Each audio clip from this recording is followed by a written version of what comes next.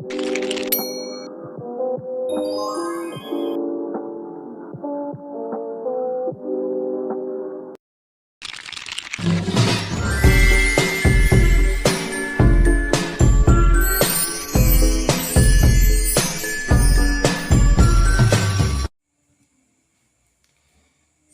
akan menjelaskan materi tentang pengembangan sikap inklusif dan toleransi pada pembelajaran IPS SD.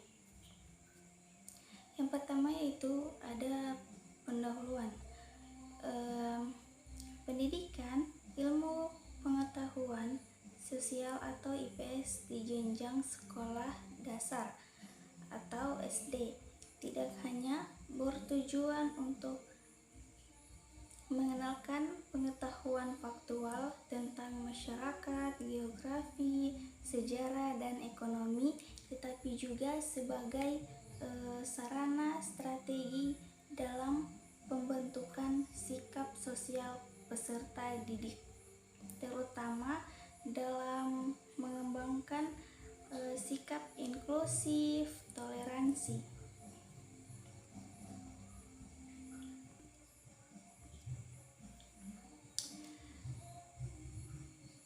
Yang kedua yaitu ada landasan filosofis dan yuridis.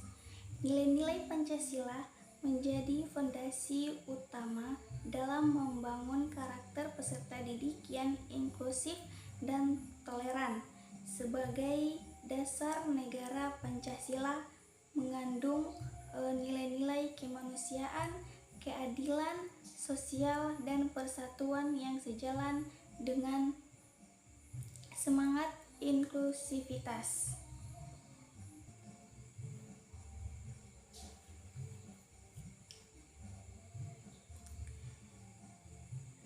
Yang ketiga yaitu ada konsep dasar sikap inklusif dan toleransi.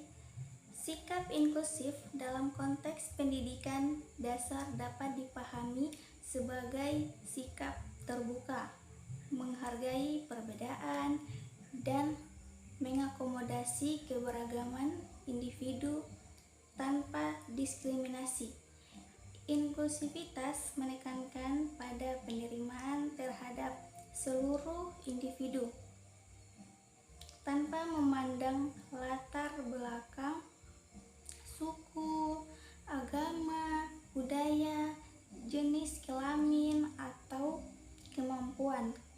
Sementara itu, sikap toleransi merupakan sikap menerima keberagaman tanpa prasangka dan tanpa memaksakan keseragaman. Toleransi mencerminkan pemahaman bahwa setiap individu memiliki hak untuk memiliki keyakinan, pandangan, dan budaya yang berbeda.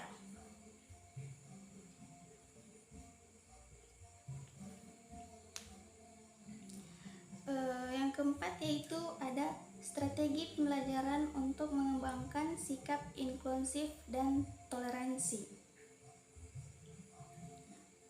Pengembangan sikap inklusif dan toleransi dalam pembelajaran IPS SD tidak hanya ditentukan oleh materi yang diajarkan, tetapi juga sangat dipengaruhi oleh strategi pembelajaran yang digunakan. Strategi pembelajaran yang partisipasi, kolaboratif, dan kontekstual menjadi sarana efektif untuk menanamkan nilai-nilai sosial dalam diri peserta didik.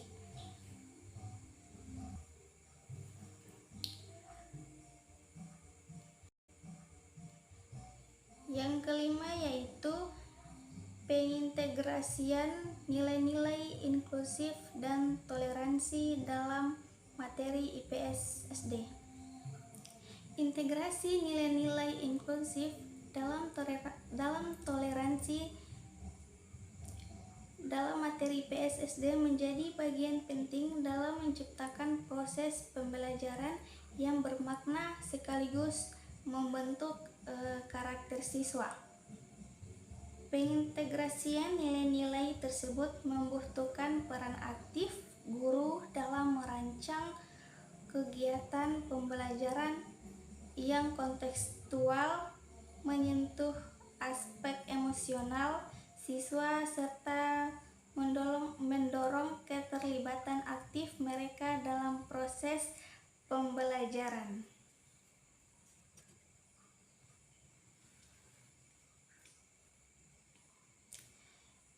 Yang keenam yaitu media dan sumber belajar pendukung.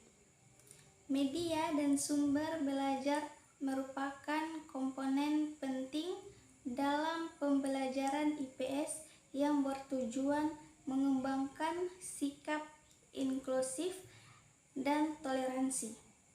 Salah satu media yang efektif adalah media audio visual dan cerita rakyat. Sumber belajar berbasis lokal dan pengalaman langsung. Itu juga sangat relevan dalam pengembangan sikap inklusif dan toleransi.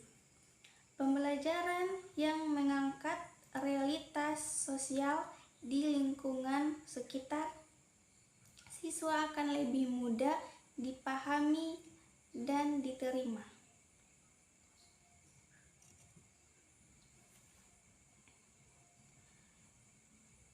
Selanjutnya yaitu 7. Evaluasi sikap inklusif dan toleransi. Evaluasi dalam pembelajaran IPS yang menekankan pengembangan sikap inklusif dan toleransi memerlukan pendekatan yang autentik dan menyeluruh. Teknik penilaian autentik menjadi sangat penting karena memberikan gambaran nyata tentang bagaimana siswa menginternalisasi dan menampilkan sikap sosial dalam konteks keseharian.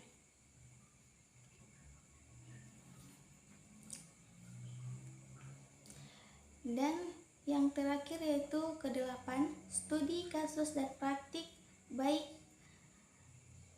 Studi kasus dan praktik baik dalam pembelajaran IPS di SD dapat menjadi inspirasi konkret bagi guru dalam menumbuhkan sikap inklusif dan toleransi pada siswa. Selain studi kasus, pendekatan pembelajaran berbasis diskusi, kelompok, dan role play juga terbukti efektif dalam membangun kesadaran sosial siswa. Dalam diskusi kelompok, siswa diajak untuk menganalisis situasi nyata seperti konflik antara teman karena perbedaan atau ketidakadilan sosial yang mereka saksikan di lingkungan sekitar. Baik,